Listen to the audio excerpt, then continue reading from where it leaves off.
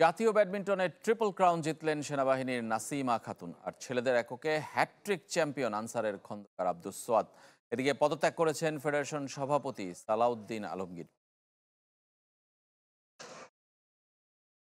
ফাইনালে অভিজ্ঞতা আর তারুণ্যের লড়াই নারী এককে, তাতেই নতুন চ্যাম্পিয়ন নাসিমা খাতুন 2-1 সেটে হারিয়েছেন সেনাবাহিনীর উর্মিকে।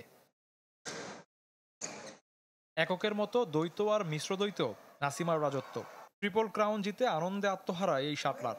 তবে ছেলেদের চেয়ে প্রাইজ মানি কম পাওয়ার আক্ষেপ তার। অনেক ভালো, অনেক খুশি আমি আজকে।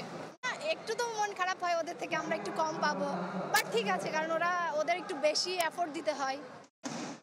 পুরুষ এককে অপ্রতিরোধ খন্দকার আব্দুস সোয়াদ জিতেছেন হ্যাটট্রিক শিরোপা। আপাতত পরিকল্পনা এসএ গেমস নিয়ে, স্বপ্ন দেখেন অলিম্পিক খেলার। আমার টার্গেট ইন্টারন্যাশনাল, ইনশাল্লাহ ইন্টারন্যাশনালে কিছু করার ইচ্ছা আছে দেশের জন্য। নেক্সট অলিম্পিকে খেলারও ইচ্ছা আছে।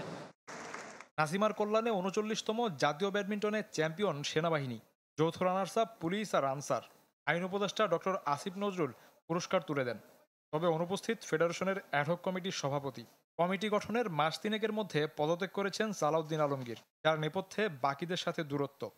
এটা ঠিকই শুনছেন যে আমাদের সভাপতি সাহেব উনি পদত্যাগ করেছেন। তো আমি জাস্ট টুর্নামেন্টের 3 দিন আগে উনি আমাকে বলেছেন উনি পদত্যাগ করেছেন।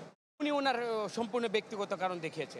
তো যে কেউ ব্যক্তিগত কারণ দেখালে ওখানে তো আমরা কিছু বলতে পারি না।